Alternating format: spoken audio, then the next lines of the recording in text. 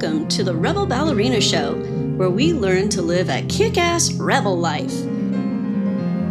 I'm your host, Lisa Laree, the Rebel Ballerina. There's no farting around in this show, just straight up fun. But if your ears are sensitive, go ahead and move along.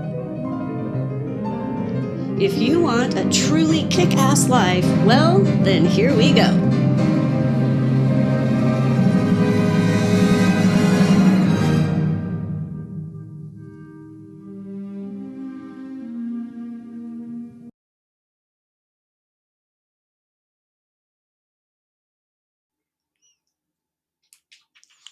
Hi, and welcome back to the Rebel Ballerina Show. I'm Lisa Laree, the Rebel Ballerina. And today, I'd like to continue the conversation. We've been discussing the difference between the narcissistic traits, narcissistic type behaviors like takers, manipulators, exploiters. And then another huge part of the population, I really believe the vast majority of the rest of us are more like fawns, and those are the givers, empaths, peacemakers. Will do pretty much anything at all cost to make sure everyone's happy and peaceful, right? We don't want to have to walk on eggshells, but we try to preempt difficult situations, read a room to see what we need to do, right? To jump into action. Do that a lot, especially as we were growing up. So we've been discussing those two different contrasting types of personalities. And really it's those are both of them actually trauma response patterns. The narcissistic one, the fighters, fight, flight, freeze, fawn. The fight often can turn into narcissism or at least heavy narcissistic traits. That is also a trauma response. So is being a fawn. These are trauma responses from whatever situation we were in as children, and we had no way of getting out. We couldn't escape. We couldn't just, well, I guess we could have run away. As a matter of fact, I think I actually attempted that once. It was really funny because my parents were overseas traveling as they did regularly and left me and my sister at home. Thanks so much. Anyway, they were gallivanting around the world again. And we had this woman that they hired to babysit me and my sister. I must have been, I want to say like 7 or 8 years old. And my sister is 4 years older. So obviously we were not capable of being left alone. Not a good age for that. So yeah, we did need to have someone with us. But they chose this woman named Hazel, and oh my gosh, she was horrible. Literally horrible. And whatever rules that my parents put forth, even though my dad's rules were pretty unreasonable, like she couldn't park her car in the garage. I mean, how dare? Anyway, so I had had enough though of her, and one day I just packed up and started walking down the street. So apparently, I really was just gonna go, and somehow I didn't get far. I don't know the rest. I don't remember the rest. But anyway, normally though, we're kind of stuck with our situation as we're growing up, especially volatile ones. It does feel like, okay, you could try to escape, but it's still dangerous, right? Everything seems dangerous as a child. So staying is really the only option. How do you make that work? And that's where these fawn trauma, or this particular fawn trauma response, or even any trauma response pattern, starts to evolve. It starts to take place and embed into our subconscious. Unfortunately, the fawn pattern, it's very good at doing what it's supposed to do while we are kids, but it becomes a problem once we're adults. We have such ingrained notions of all kinds of crazy ideas about ourselves, and they end up dictating how the rest of our lives are going to happen. And we don't even know that this is what's going on. We have no idea. I certainly didn't have any idea how this was all happening. So it was very, it's very frustrating and disappointing, right? Do you get disappointed? Like, is this really all that life has to offer? Is this really how it's supposed to be? I'm supposed to just be a doormat and have everybody walking all over me all the time? I thought people were supposed to be nice, and if I'm nice, then I'll get nice back. Why is that not happening? It's a good question, huh? Do you ever think of that? Why is this continuing to happen? Why do I continue to be nice and yet continue to be exploited and manipulated and trampled on by whoever? It could be lots of people.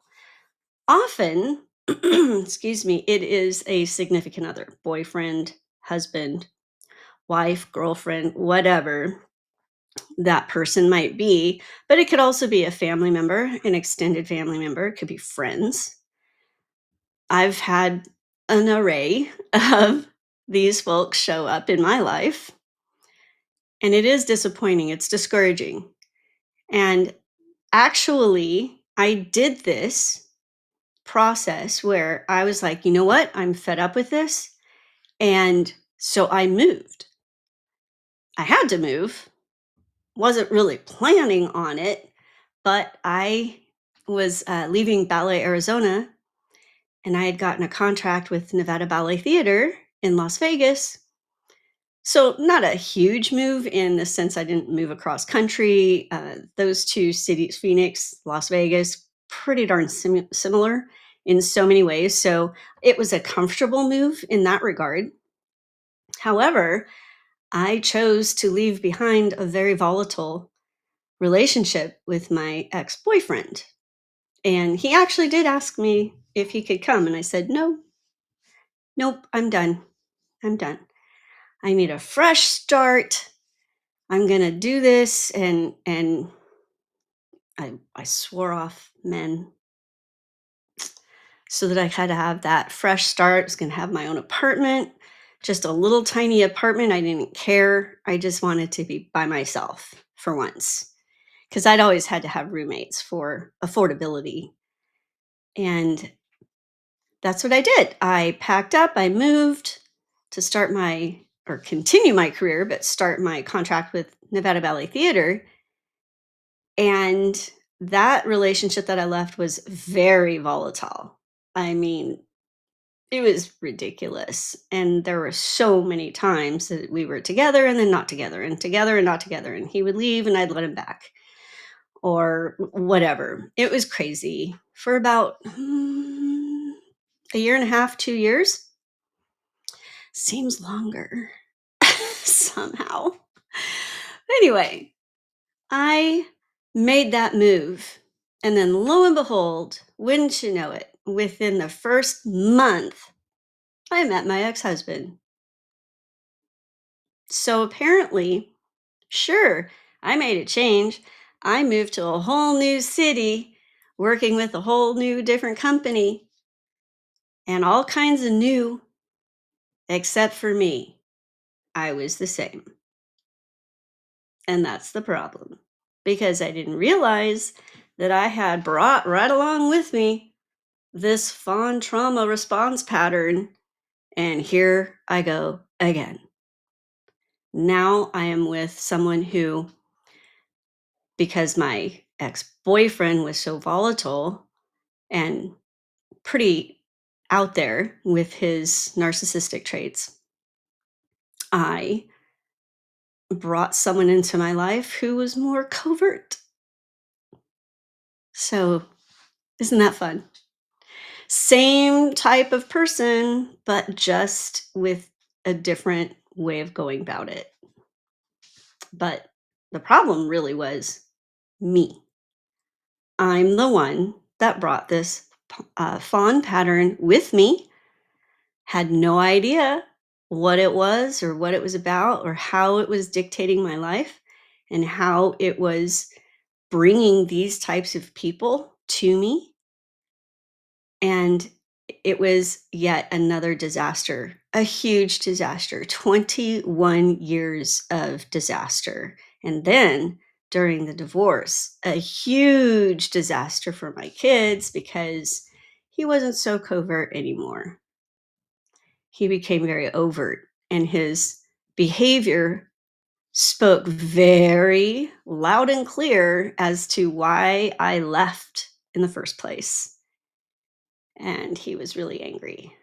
I took it out on the kids. It's a really, really bad scene. And I'm not alone. This is not a one and done story. This happens all the time. And it's heartbreaking because the kids really get reamed in this whole thing. And then, of course, the pattern just continues, right? Such a great gift to hand down generation to generation, right? Urgh.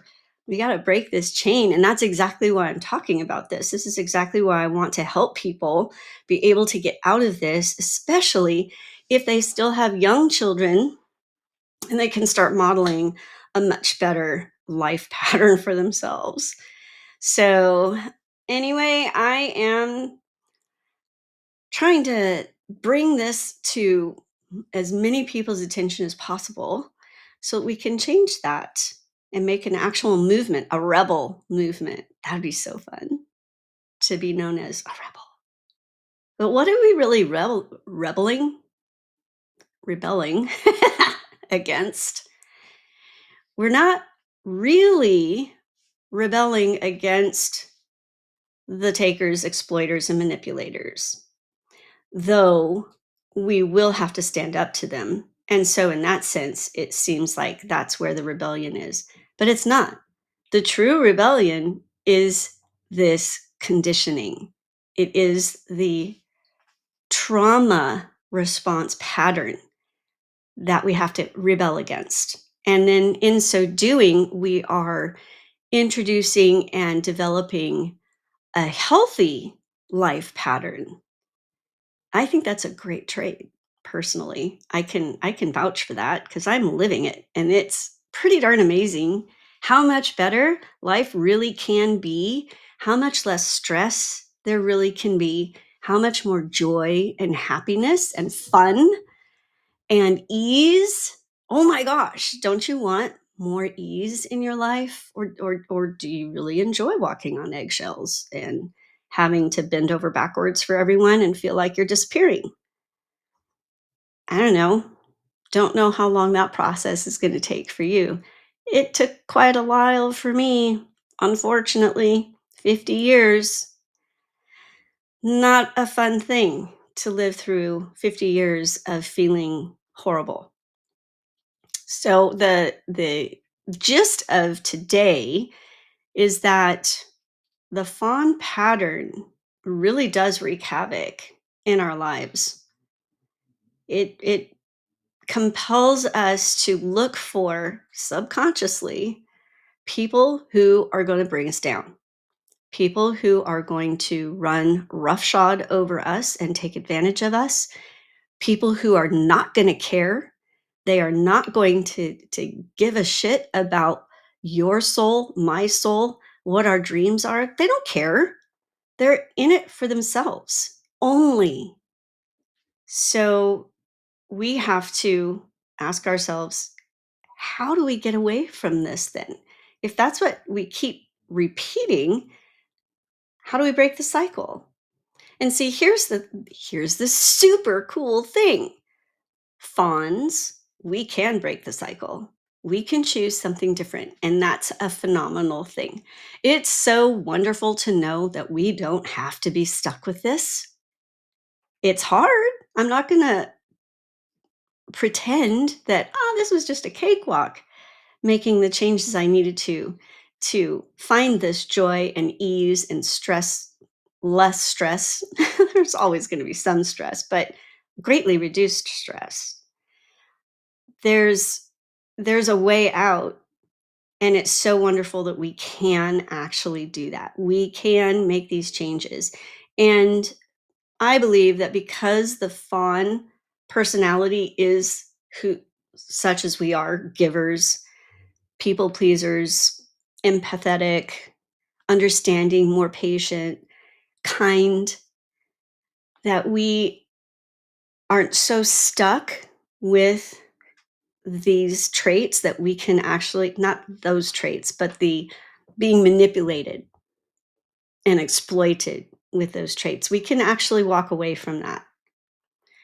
Even though they are disastrous for the moment, we can actually make a change, which is fantastic. Such wonderful news, right? Because you really can create the life you actually want.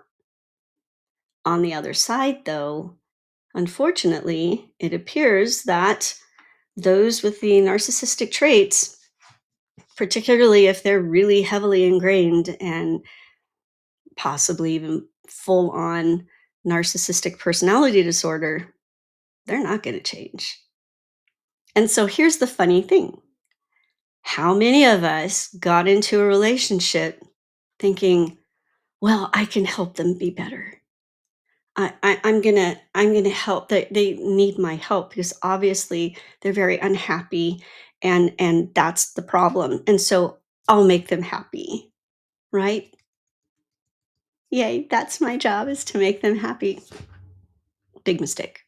We can't make anybody happy except for ourselves. Really and truly, that's the bottom line. We really cannot make anybody else happy. We have to make ourselves happy, and no one can actually make us happy either. Even the best people can't make us happy. We can live with a beautiful peacefulness. We can enjoy lots of fun things together, but they don't make our souls happy. We have to do that. It's our responsibility, just as it is their own. The more, oh, my brain just froze. The more narcissistic person, though, they're stuck. There is really no way they're going to be able to change. And it's super sad because they are literally stuck in what I call delusion land. And when we get together with someone who is a narcissist or just a taker, manipulator, and an exploiter, we step into their delusion. And that's where we are kept captive. And that's how they like it. But that is the end of our freedom, because now we have to play their game and we have to go by their script, and we're stuck. There is no way, at least as far as I understand, and the different psychology and things like that are saying that narcissists just can't change. There's no reason for them to change because in their delusion, they see themselves as perfect or above needing any kind of help, whatever the case may be. So they're stuck. And that's really sad because they are incredibly unhappy people, which is why they behave the way they do, which is why they hurt people, which is why they don't care if they're stealing your very soul. They need to in order to survive. That's their thing. And there is no changing. So if we can't change that behavior, literally we can't change anybody else's behavior, but we know we can't change that behavior. However, we can change our own fawn behavior pattern. And again, I've said this before and I'm going to keep saying it. That does not mean that we give up being the nice people that we are. That's not it at all. We still get to be kind and giving and loving and understanding and empathetic. We just need to learn how to distinguish who to give that to so that we're protecting those traits as we're living them out instead of having them used against us.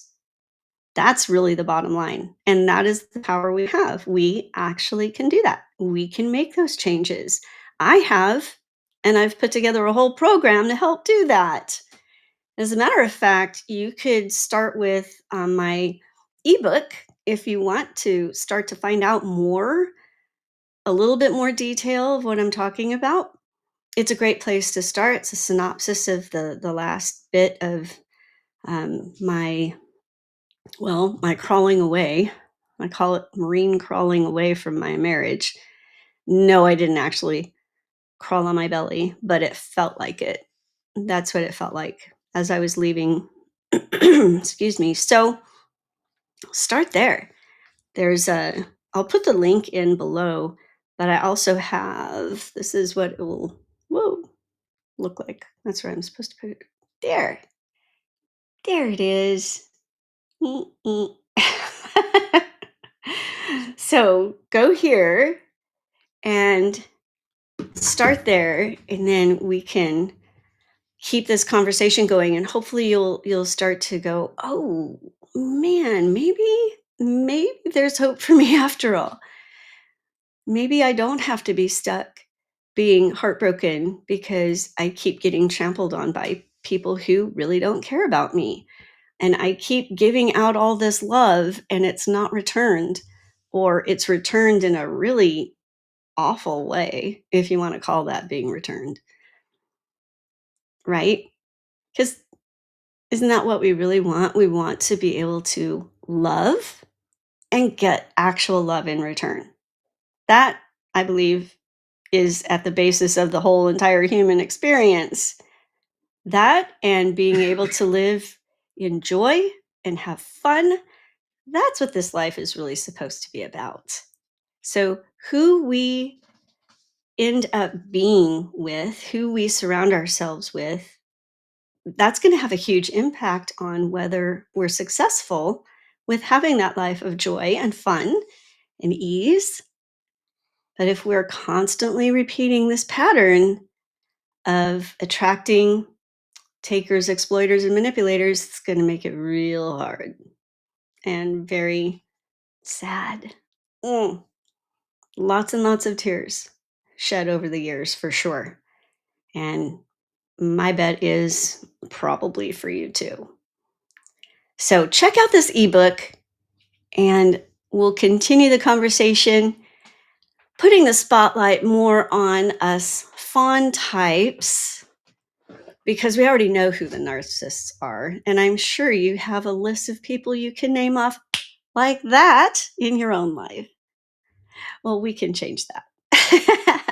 And we can start filling up lists of wonderful other fawns that you can bring into your life that are fantastic and fabulous people and be able to move into that life of fun and ease, a lot less stress and joy, and maybe even recapturing your dreams.